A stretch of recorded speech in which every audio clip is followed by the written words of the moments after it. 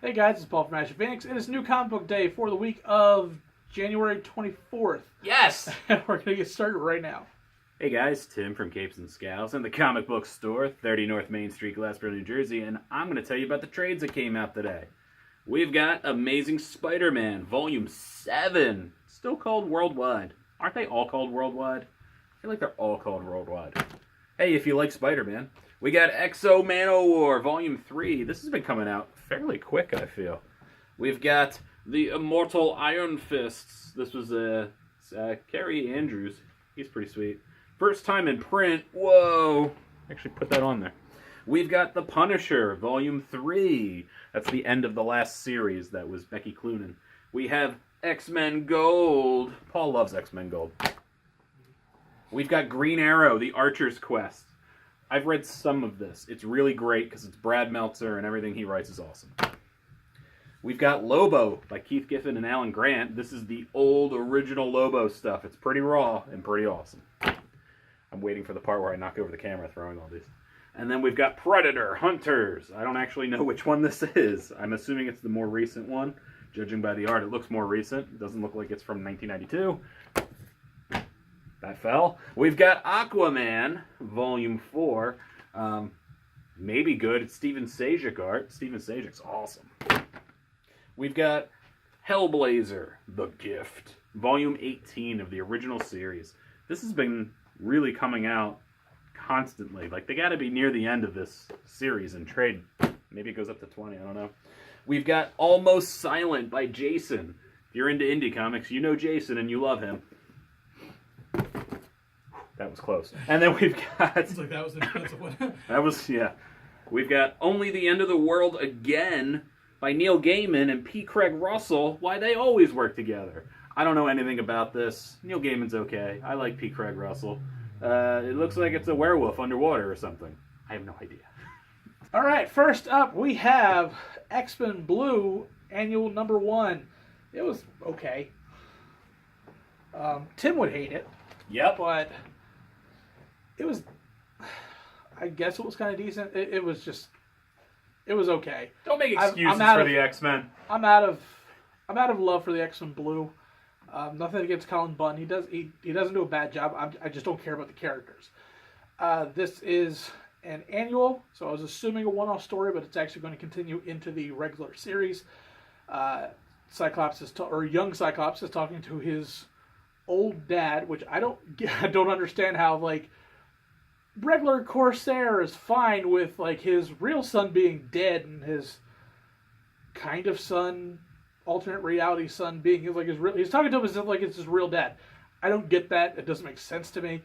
But the Starjammers get kidnapped by a group of venomized pirates that are symbiotes. Again, it's tough. It's tough to care. We have Eddie Brock is in here, Venom's in here, and they basically team up together to stop these people and save Corsair. If you want to watch it, if you want to read it, go ahead. I genuinely don't care enough to recommend this, yes or no. Alright, my first book is Megaman Master Mix, Issue 1. If you pick it up and it's facing this way, which seems correct, it's not, because this is a manga. It is from Udon Entertainment in conjunction with Capcom, and it reads backwards from right to left, and it's okay. But like Archie, when they had Mega Man, it was way better. Can't you just let Archie have Mega Man again? What is this crap? The writer and artist is a Japanese name I'm going to butcher, so I'm not even going to try. But he does both the the writing and the art. The story is fine in of itself, but the way the panels lay out is pretty terrible. I hate the word balloons. It's actually distracting. I have no problem reading right to left. I read manga. It's fine. This wasn't a challenge for me, but it wasn't very good either.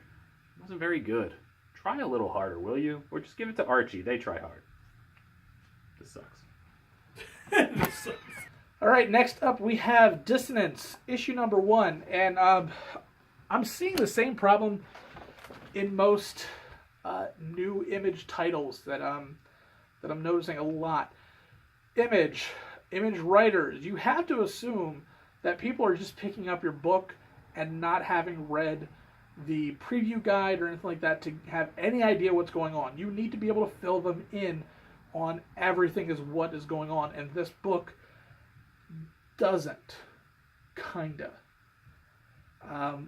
Basically, we are dealing with two different worlds. We have one that is ultra futuristic, basically a parallel Earth where all Earthlings have basically given up their bodies to transcend and become more than human, but in so losing their humanity and becoming a warlike, terrible race.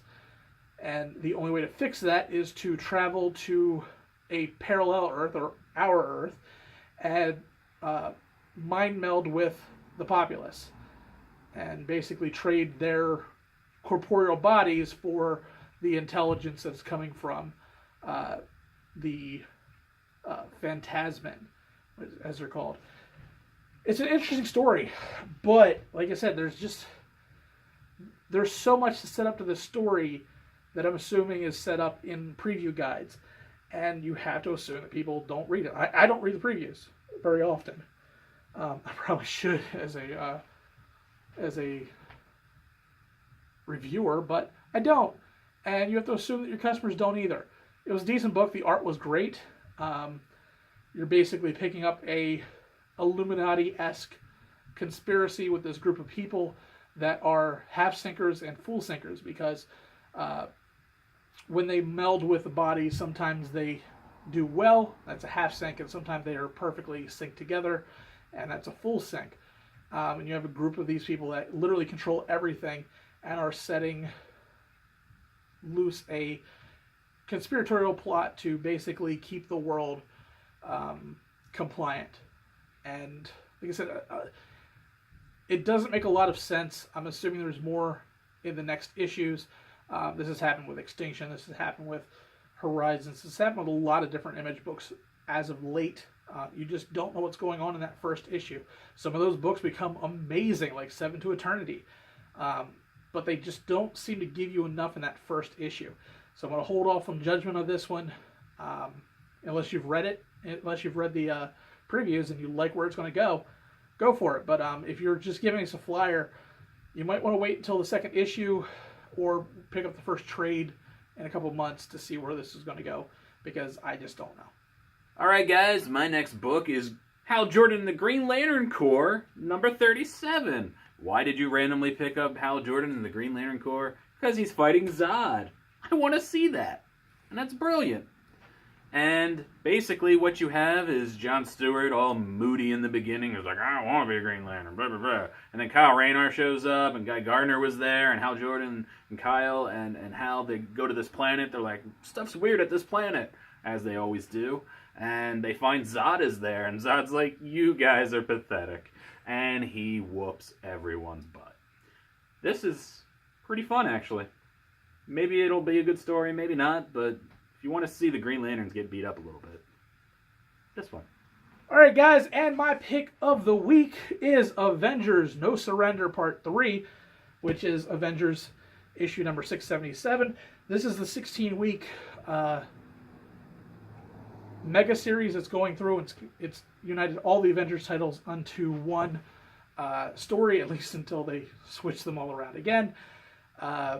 The writing has been fantastic in this book.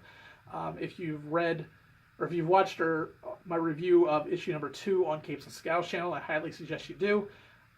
This continues that book, so I don't really want to go too much into spoilers, but this two omnipotent characters have basically moved Earth and created their own chessboard with a group of villains on one side and a group of villains on the other side, and the Avengers kind of stuck in the middle with a new character, quote-unquote new character, that has supposedly helped the Avengers create the Avengers long, long ago, but they were erased from existence to the point that we don't even know as a reader who that person is. It's a very interesting concept. I like the idea. The writing has been solid and the art has been solid. So I'm interested to see how this goes. This is a very Quicksilver heavy issue. He's the narrator of this particular part of it, as the Avengers kind of split in two different directions to face the two groups of people that have blown up the Avengers mansion. I would highly suggest picking this one up.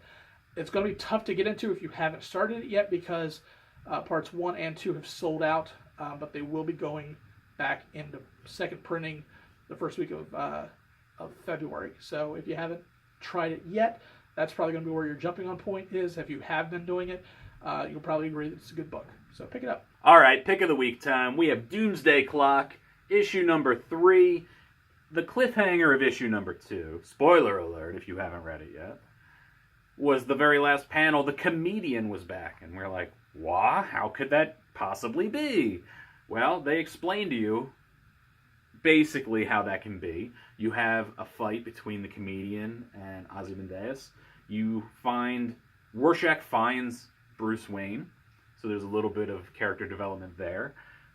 The mime and his wife stumble across a bar that may be owned by the Joker. There's a lot of great crossing over of the Watchmen universe and the DC universe so far. Very weird book, very unique book. It's a very good callback to the style of Watchmen.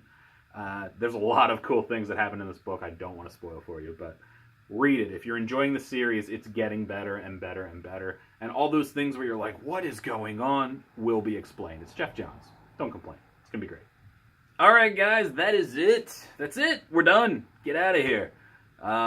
There's a thing up here. It's probably Holly smashing her face into, like, what is it, like plastic wrap, and, like, you know, she's doing all kinds of zany. She's weird. And then you got there's a thing over here with somebody doing a thing.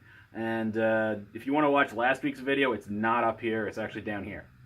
I don't even know if you can see me. Can you see? I'm all over. Am I in shot? Who cares? You're not going to click on any of these things. I don't blame you. You have better things to do with your time. I am not that better thing. Good for you, realizing your possible potential. Maybe you will go back to school. Maybe you'll get that degree. Get that piece of paper. Then you become manager at Target. They're not going to make you manager if you don't have that piece of paper. I don't care what it's in. It could be in anything. Good for you. Then you'll show them. Take that, Dad. Face things over here.